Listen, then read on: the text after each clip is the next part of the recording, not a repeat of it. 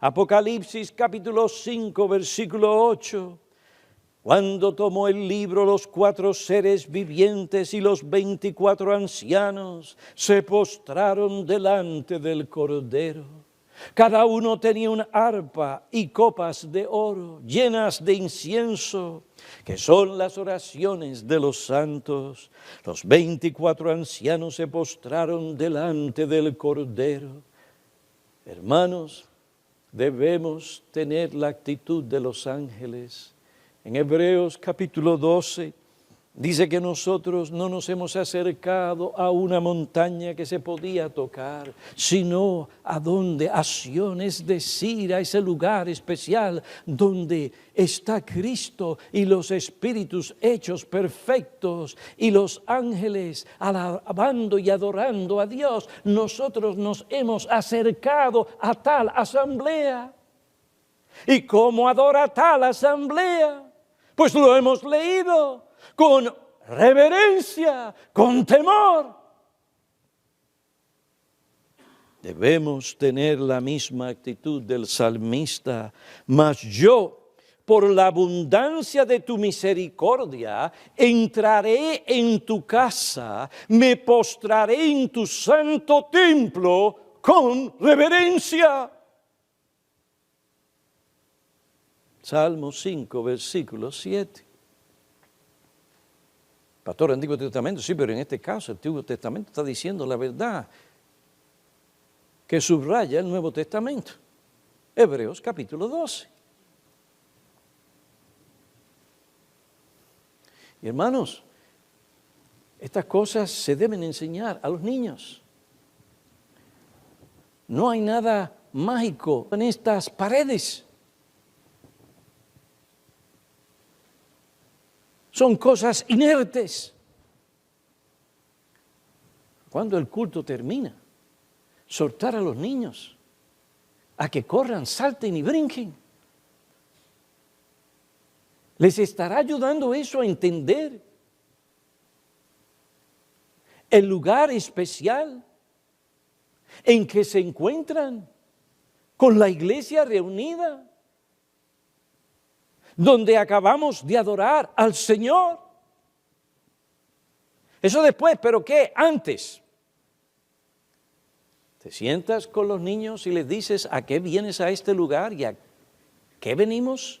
¿Y a quién vamos a adorar? ¿Y cómo debemos hacerlo?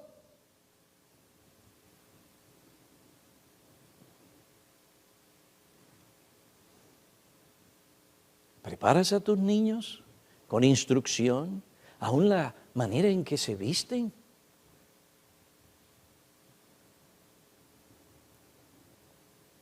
Esto es importante, ¿no lo parece? Pero lo es. Es poco a poco que se inculcan estas cosas en la mente y el corazón.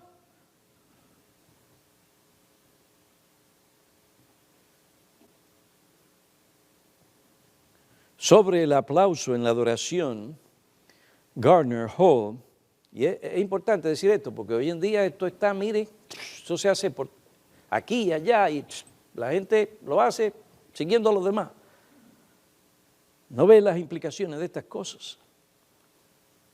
Sobre el aplauso en la adoración, Gardner Hall escribió un artículo que brevemente y de forma equilibrada muestra la incoherencia de esa práctica con la adoración reverente. Él escribe: muchas iglesias de Cristo han sido afectadas por las modas en las iglesias evangélicas y protestantes.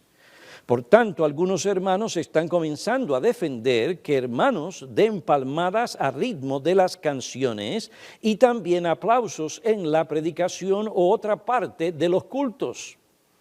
Las dos prácticas son mencionadas en el Antiguo Testamento, pero no autorizadas para las iglesias del Señor en el Nuevo. En el Antiguo Testamento las palmadas no parecen tener que ver con la adoración, sino con la celebración o con la desaprobación. Segundo libro de los Reyes, capítulo 11, versículo 12, Salmo 47, versículo 1 y Job 34, 37. Las dos prácticas son dadas hoy a Dios en forma presuntuosa porque a los hombres les gusta y no porque Dios las ha pedido. Ninguna de las dos prácticas ofrece a Dios frutos de labios, tipo espiritual de alabanza que Dios pide en el Nuevo Testamento, Hebreos 13:15. Las dos dan énfasis al aspecto carnal de la música. Como en las iglesias sectarias, ahora en algunas iglesias de Cristo dan aplauso para los predicadores u otros que agradan la congregación, u otros que agradan a la congregación.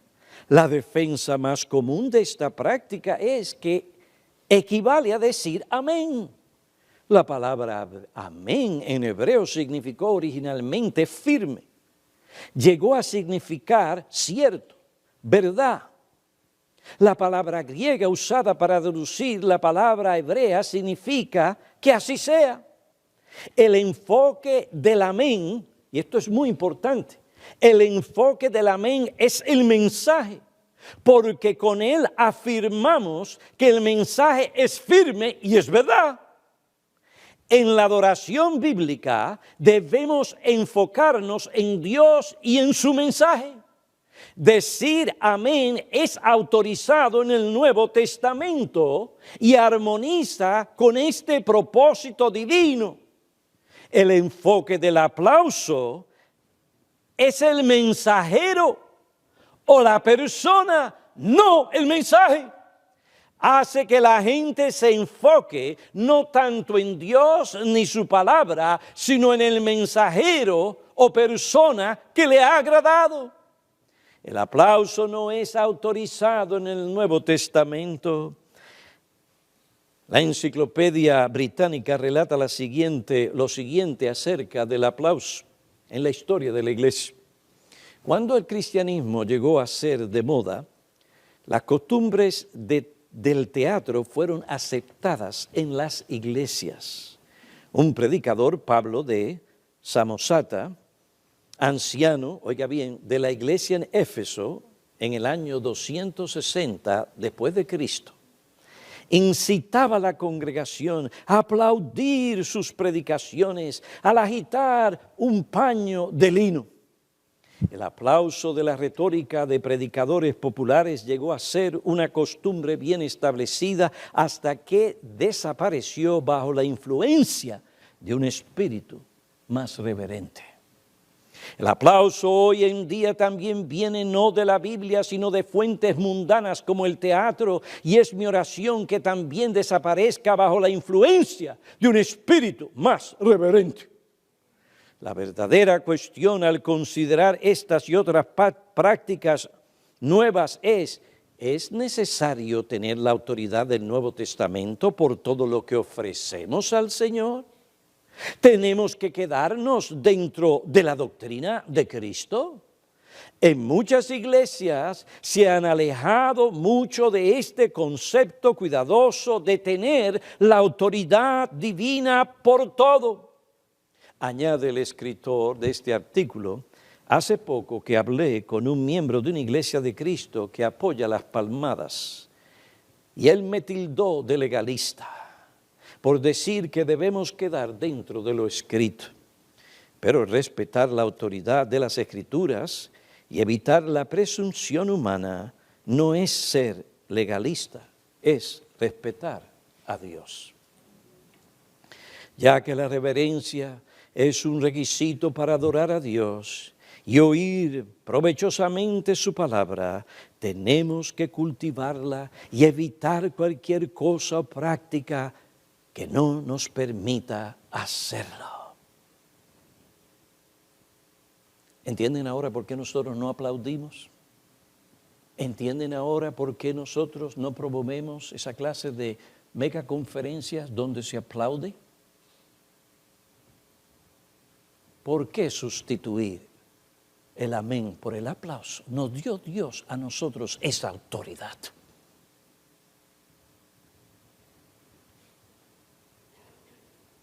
Hermanos, esto es importante porque el amén tiene sus propósitos. Cuando el predicador predica la palabra el Espíritu Santo ha llegado. Y esa palabra como una flecha llega al corazón. ¿Ah? Es como cuando usted entierra un clavo. El amén viene a ser el martillo. Entra la palabra.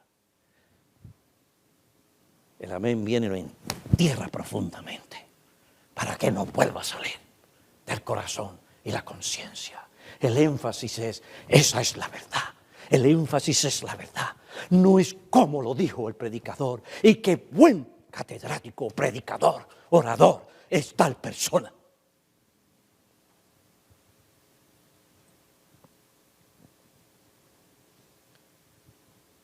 Ya que la reverencia es un requisito para adorar a Dios y oír provechosamente su palabra, tenemos que cultivarla y evitar cualquier cosa o práctica que no nos permita hacerlo. La atención humilde y reverente de la palabra de Dios será recompensada, obtendrá la bendición del Altísimo, pues escrito está por el Espíritu de Dios. Isaías 66:2, pero a este miraré, al que es humilde y contrito de espíritu, que tiembla ante mi palabra, que es reverente. Oye la palabra con una actitud reverente. Es Dios quien habla.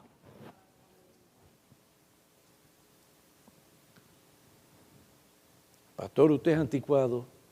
Pues mira, si tú me quieres llamar anticuado, prefiero morir anticuado, pero aquí se va a hacer lo que dice la palabra de Dios y no lo que la cultura o la gente prefiere o le gusta. Y el día que ustedes no quieran eso, entonces me agarran, me encadenan y me botan de aquí. Dios no me llamó a mí a ser un predicador popular. Dios me llamó a mí a mantener y sostener su palabra, cueste lo que cueste. La reverencia, hermanos, no excluye el gozo ni la confianza en Dios. Salmo 95, versículo 1 al 2. Sin embargo, la necesidad de la reverencia y la seriedad en la adoración requiere que cualquier expresión de emoción apropiada en el culto a Dios debe estar gobernada por la moderación, el dominio propio y sobre todo el respeto por lo que Dios es y por la conciencia de nuestro lugar delante de Él. Él es Dios, nosotros somos sus criaturas. El objeto de la adoración es Dios. Debemos adorarle con reverencia. Chamberlain tiene toda la razón al decir: en la adoración espiritual se necesita una profunda reverencia. De nuevo el Evangelio elimina el terror, pero no la veneración hacia Dios. Hasta los ángeles que no tienen que avergonzarse de pecado se cubren el rostro delante de Dios. Los ángeles caídos sienten un temor servil, mientras que los hombres redimidos sienten un temor piadoso. Para con nosotros, Dios en Cristo pone a un lado las demandas de su justicia, están cumplidas en Cristo, pero nunca las demandas de su majestad. Por lo tanto, es nuestro deber adorarle con un espíritu o una actitud reverente.